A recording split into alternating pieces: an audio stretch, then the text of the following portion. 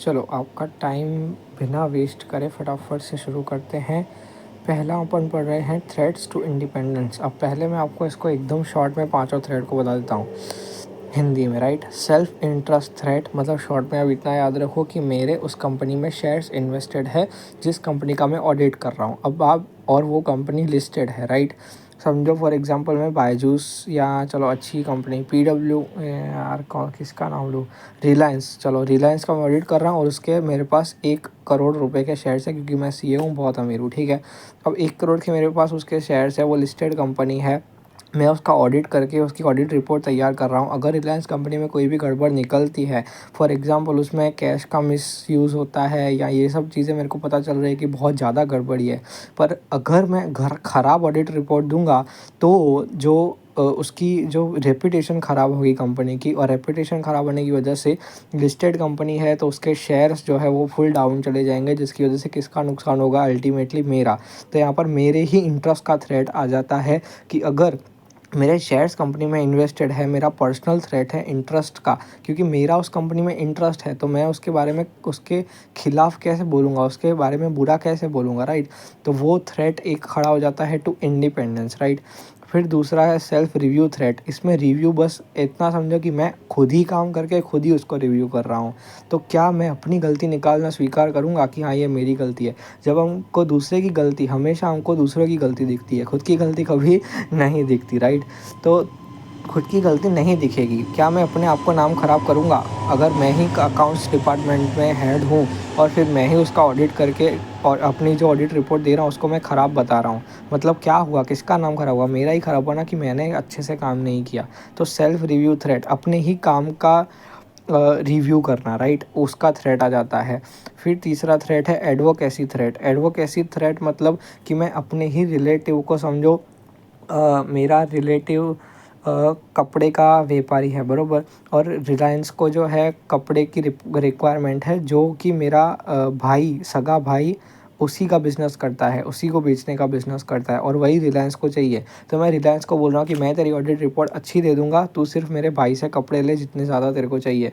तो इसमें क्या मेरे भाई का फ़ायदा हो रहा है, मैं एडवोकेट कर रहा हूँ, मैं वकील बन रहा हूँ अपने भाई के लिए, और ऐसे में अपने रिलेटिव्स से धंधा करवा रहा हूँ ऑडिटर का। सिर्फ उसको, ऑडिटर को अच्छी ऑडिट रिपोर्ट मिल जाए इसके लिए वो भी खरीद रहा है। वो तो बोलेगा मेरे को किसी से भी खरीदना है, मैं तेरे भाई से खरीदूँ या किसी से भी खरीदूँ। तो ये एक ऑल्सो थ्रेट खड़ा हो जाता है कि मैं एडवोकेसी कर रहा हूँ दूसरे लोगों की कंपनी के सामने, या कंपनी की एडवोकेसी कर रहा हूँ, क्योंकि दोनों साइड दोनों का ही फ़ायदा हो रहा है ना। फिर चौथा आता है फैमिलियरिटी थ्रेट। मैं फैमिली बना दे रहा हूँ। फॉर एग्जांपल ये अभी अगर आप हेडफोन में सुन रहे हो तो बरोबर है, राइट, कान में सुनना, स्पीकर में मत सुनना। फॉर एग्जांपल आप अकाउंट्स डिपार्टमेंट में हो, राइट, और उस कंपनी का मैं ऑडिट करने आ रहा हूँ, आप मेरे फ्रेंड बन जाते हो और आपसे मैं रिलेशनशिप बनाकर आपसे शादी कर लेता हूँ, और तब भी मैं आपकी कंपनी का, जिसमें आप अकाउंट्स में हेड हो, उस कंपनी का मैं ऑडिट कर रहा हूँ। मैंने क्या किया, आपको फैमिली बना लिया, या तो आपने मेरे को फैमिली बना लिया। अब हम एक फैमिली है तो क्या मैं आपकी गलती निकालूंगा, अकाउंट्स डिपार्टमेंट की गलती निकालूंगा? तो ये एक फैमिलियरिटी का थ्रेट आ जाता है। फिर लास्ट थ्रेट आता है इंटिमिडेशन थ्रेट। आप मेरे को धमका रहे हो, आप अकाउंट्स डिपार्टमेंट में हो या आप CEO कंपनी के, और आप मेरे को धमका रहे हो कि अगर तूने गलत रिपोर्ट दी तो मैं तेरे को बंदूक से रात को उड़ा दूंगा, एक दिन तूने गलत रिपोर्ट दी और दूसरे दिन तू जिंदा नहीं रहेगा। ऐसे ऐसे तू आप धमकियां दे रहे हो मेरे को, या कंपनी के CEO, कंपनी का मैनेजमेंट, कंपनी के अकाउंट्स डिपार्टमेंट, कोई भी मेरे को गालियाँ या धमकियाँ दे रहा है। तो ये एक इंटिमिडेशन थ्रेट हो जाता है, जो कि थ्रेट टू इंडिपेंडेंस है, जिसकी वजह से मेरी इंडिपेंडेंस हिल सकती है, राइट। यहाँ पर एक चीज़, एक थ्रेट नहीं बताया है पैसों का, कि पैसे खिलाकर मेरा मुंह चुप करवाया जा सकता है, पर वो एक्चुअली इंटरेस्ट थ्रेट में ही कवर हो जाएगा क्योंकि उसमें सिर्फ मेरा इंटरेस्ट आ जाएगा। अब यहाँ पर ये शॉर्ट में भी हो गया, डिटेल में भी थोड़ा हो ही गया एग्जांपल के साथ। मैं, आपने बोला समझाने को, इसलिए मैं समझाने के लिए एग्जांपल्स ले रहा हूँ, एग्जांपल से ही याद रहेगा। बाकी लिखने वक्त यही लैंग्वेज कोशिश करना जितनी हो सके, राइट। पर ये सेल्फ रिव्यू वाला है ना, अब पढ़ते जाते हैं, right. Self interest threat, financial interest of partner या एसोसिएट, पार्टनर का या उसके कोवर्कर्स का, एम्प्लॉयज़ का, आर्टिकल्स का, किसी का भी वहाँ पर इंटरेस्ट नहीं होना चाहिए। सेल्फ इंटरेस्ट का थ्रेट है, उसमें बस इतना याद रखो कि शेयर इन्वेस्टेड है पार्टनर के, राइट। दूसरा है सेल्फ रिव्यू थ्रेट, अपने ही काम को चेक करना, रिव्यू ऑफ एनी जजमेंट और conclusion reached in previous audit. यहाँ पर जो लिखा हुआ है ना, वो वर्ड्स मेरे को कभी कभी सही नहीं लगते कि ये जो यहाँ पर लिखा हुआ है, तो आप इसके लिए थोड़ा मॉड्यूल रेफर कर लेना कि ये सेल्फ रिव्यू थ्रेड में कौन सा वर्ड या कौन सी लाइन लिखी हुई है, राइट। फिर तीसरा है एडवोकेसी थ्रेड, ऑडिटर प्रमोट और pursue to promote a client's opinion, ये सेम वर्ड्स लिख देना, राइट। यहाँ पर क्लाइंट का ओपिनियन मतलब क्या कि क्लाइंट जो मेरा है वो मेरे को बोल रहा है कि मैं तेरे भाई से माल खरीद लूँगा, तो मेरी बस ऑडिट रिपोर्ट अच्छी दे देना, मतलब मैं उसके ओपिनियन को क्या कर रहा हूँ, प्रमोट कर रहा हूँ, या परसीव ऐसा दिखा रहा हूँ कि मैं उसको प्रमोट कर रहा हूँ, तो वो एडवोकेसी थ्रेड में आ जाता है। काट छाट के एडवोकेसी मतलब मैं वकील बन रहा हूँ, किसका, कंपनी का भी और सामने मेरे भाई का भी, मेरे भाई का एग्जाम्पल याद रख लेना। फिर चौथा है फेमिलियरिटी थ्रेड, मैं फैमिली बना देता हूँ, ये एग्जाम्पल तो आपको एग्जाम तक आराम से याद रहेगा आपका और मेरा वाला। आप अकाउंट्स डिपार्टमेंट में थे, आपने रिलेशनशिप याद हो गया ना, ठीक है। Auditor forms relationship with client. और लास्ट है intimidation threat, intimidation threat, auditor is deterred मतलब वो रोका जा रहा है टू एक्ट ऑब्जेक्टिवली, ऑब्जेक्टिवली मतलब अच्छे से या सच्चाई के तरीके से, बट मेरे को धमकाया जा रहा है, रोका जा रहा है, डेटर किया जा रहा है टू एक्ट ऑब्जेक्टिवली, अच्छे से काम करने के लिए, राइट। देन ये एक स्लाइड आपकी हो गई है, देन 6 मिनट जा चुके हैं, नो प्रॉब्लम। फिर प्री कंडीशन आपको अच्छे से समझ आना चाहिए, 6 मिनट जाए या 60 minute, right. Then preconditions for an audit, अब यहाँ पर ऐसे जब 210 की बात कर रहे होते हैं तो ऐसे 210 का नाम ही क्या है, agreeing to the terms of audit engagement, audit के इंगेजमेंट को एक्सेप्ट करने के लिए जो टर्म्स है उन पर एग्री करना, टर्म्स ऑफ ऑडिट इंगेजमेंट को एग्री करना। अब उसको एग्री करने से पहले या कोई भी ऑडिट को एक्सेप्ट करने से पहले कुछ प्री कंडीशंस होती हैं जो कि पूरी होनी चाहिए, तभी कोई भी ऑडिट इंगेजमेंट एक्सेप्ट हो सकती है। वो प्री कंडीशंस क्या है, वो दो यहाँ पर लिखी हुई है। पहली है use by the management of an acceptable financial reporting framework in preparation of financial statement. हमको जब भी हम एग्रीमेंट बनाते हैं तो उसमें एक ये लाइन मेंशन होती ही है कि मैनेजमेंट ने एक्सेप्टेबल फाइनेंशियल रिपोर्टिंग फ्रेमवर्क का यूज़ किया है in preparation of financial statement. For example company है, कंपनी के लिए acceptable applicable financial reporting framework क्या है, कंपनीज एक्ट का शेड्यूल 2, कंपनीज एक्ट के शेड्यूल 2 में डिवीजन 1, 2, 3 में फिनेंशियल्स दिए हुए हैं कि पीएनएल ऐसे बनेगा, बैलेंस शीट ऐसे बनेगी, नोट्स ऐसे बनेंगे, वो सारा फॉर्मेट दिया हुआ है। उसी फॉर्मेट, उसी डिस्क्लोजर्स के साथ मैनेजमेंट ने अपने फिनेंशियल्स बनाए हैं, फिनेंशियल स्टेटमेंट्स बनाए हैं। ये चीज़ मैनेजमेंट एक्सेप्ट कर रहा है और मैनेजमेंट ने सच में इसको यूज़ किया है। हम देखने तो नहीं जा रहे ऑडिट एक्सेप्ट करने से पहले कि उन्होंने बनाया है या नहीं, वही तो उनको आगे चल के ऑडिट में चेक करना है। बट अभी मैनेजमेंट ये चीज़ मान रहा है कि उन्होंने यूज़ किया है एक्सेप्टेबल फाइनेंशियल रिपोर्टिंग फ्रेमवर्क का in preparation of financial statement.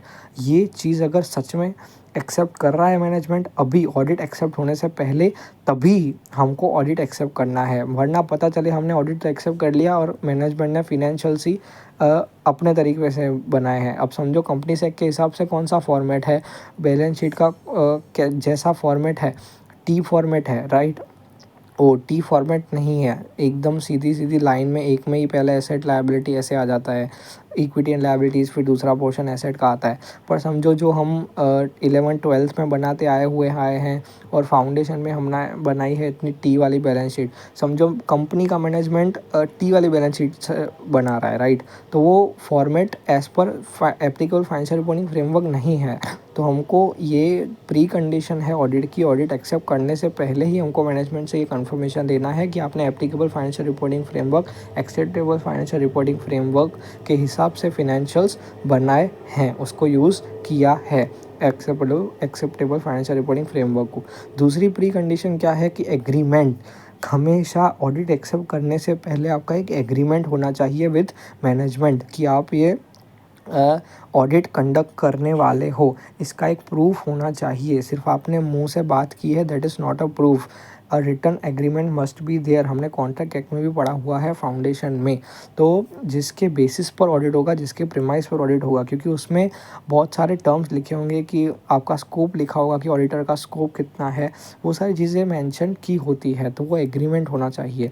ये दो चीज़ें होनी चाहिए। क्या, पहला तो मैनेजमेंट ने यूज़ किया होना चाहिए किसका, एक्सेप्टेबल फाइनेंशियल रिपोर्टिंग फ्रेमवर्क का in preparation of financial statements. और दूसरा क्या कि एक एग्रीमेंट होना चाहिए ऑडिटर का एंड मैनेजमेंट या TCWG का, दोस्त चार्ज विथ गवर्नेंस का।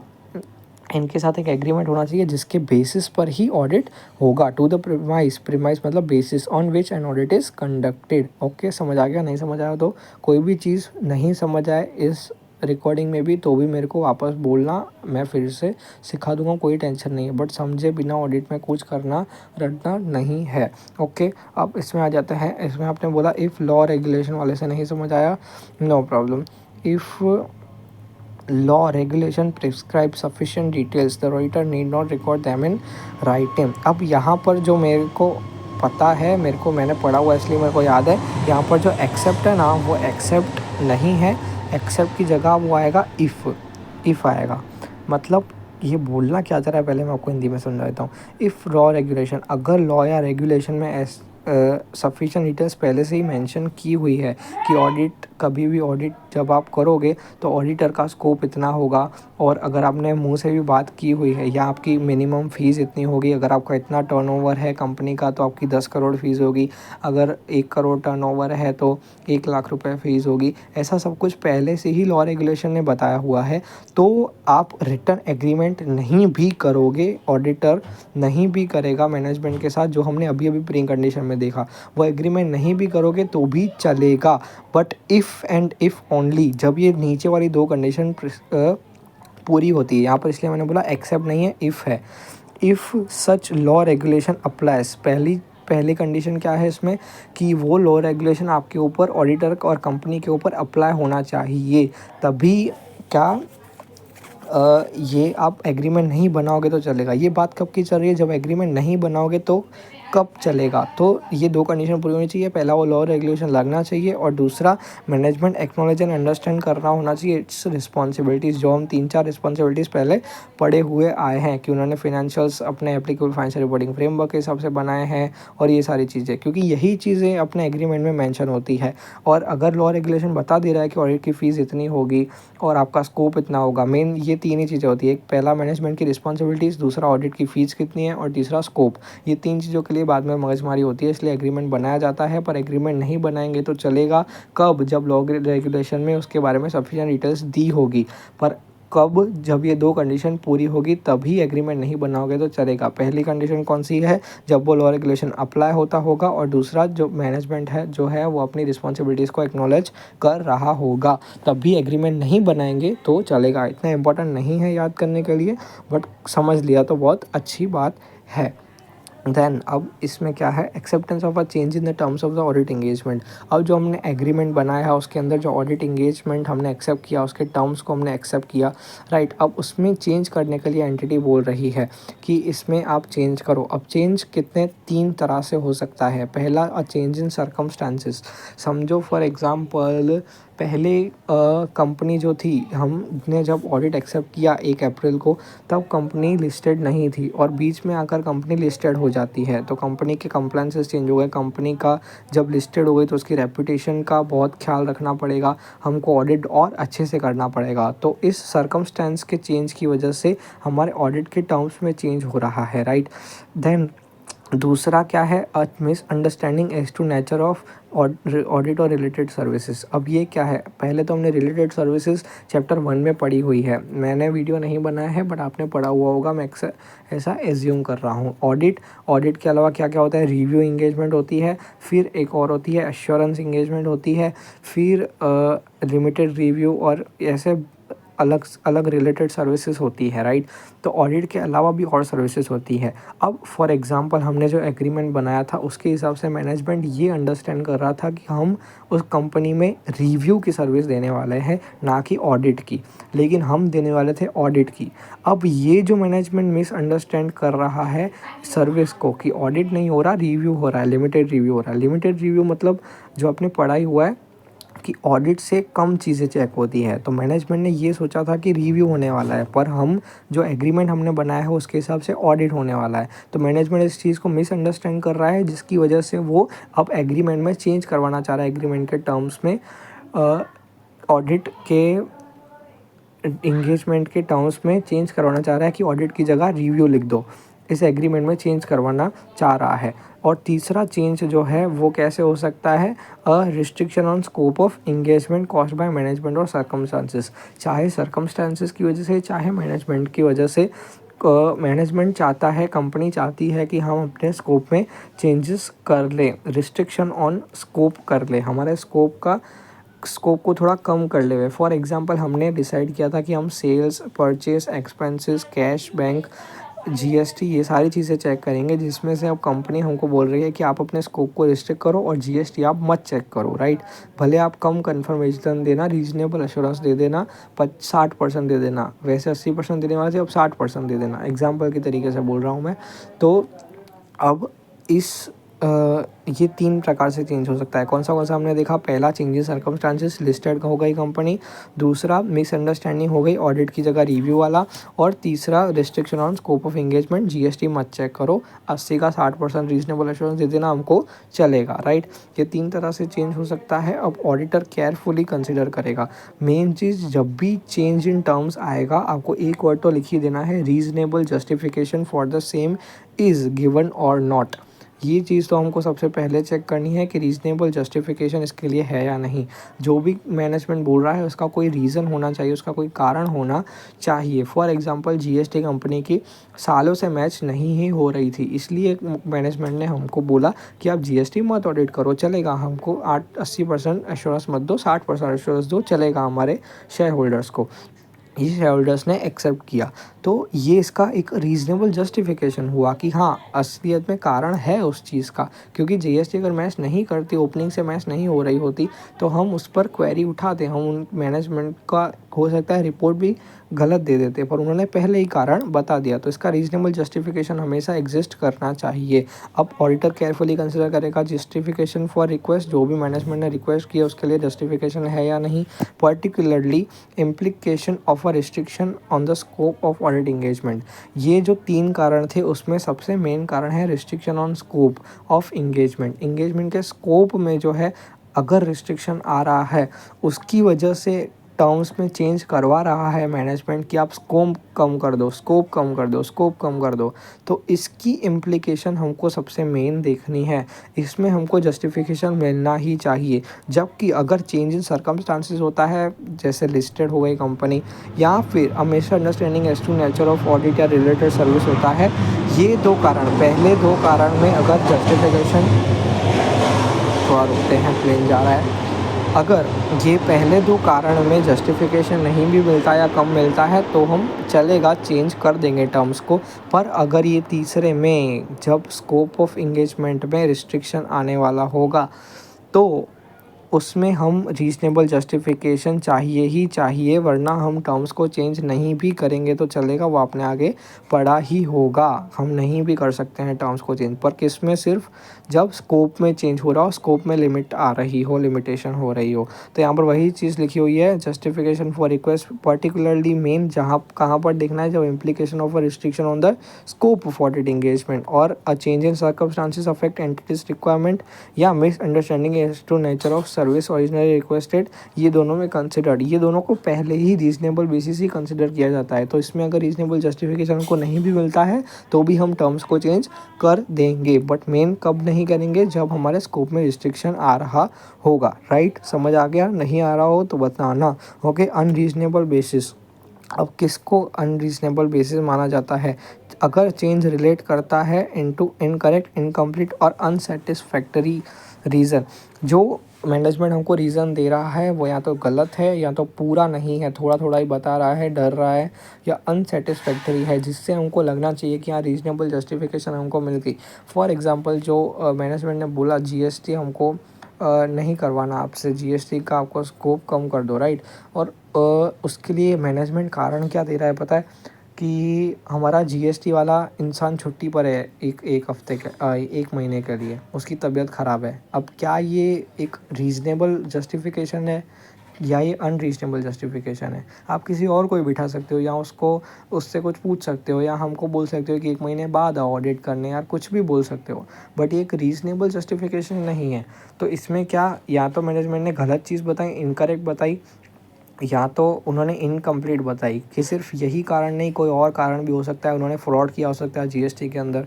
और तीसरा अनसेटिस्फैक्टरी, जो हमको अंदर से क्या लगा कि सेटिस्फैक्टरी रिप्लाई नहीं है, सेटिस्फैक्टरी रीजनेबल जस्टिफिकेशन नहीं है। तो इसमें मेन चीज़ आपको इतना इम्पोर्टेंट मेरे को लगता है, थोड़ा इम्पोर्टेंट है, तो रीजनेबल जस्टिफिकेशन इसमें वर्ड बहुत ही ज़्यादा मेन है, वही आपको वहाँ पर लिख के आना है। और मेन इम्प्लीकेशन उसका मेन किस में चेक करना है, जब स्कोप में रिस्ट्रिक्शन आ रहा हो। Okay, done. और कुछ नहीं समझ आ रहा हो तो बता देना। डन।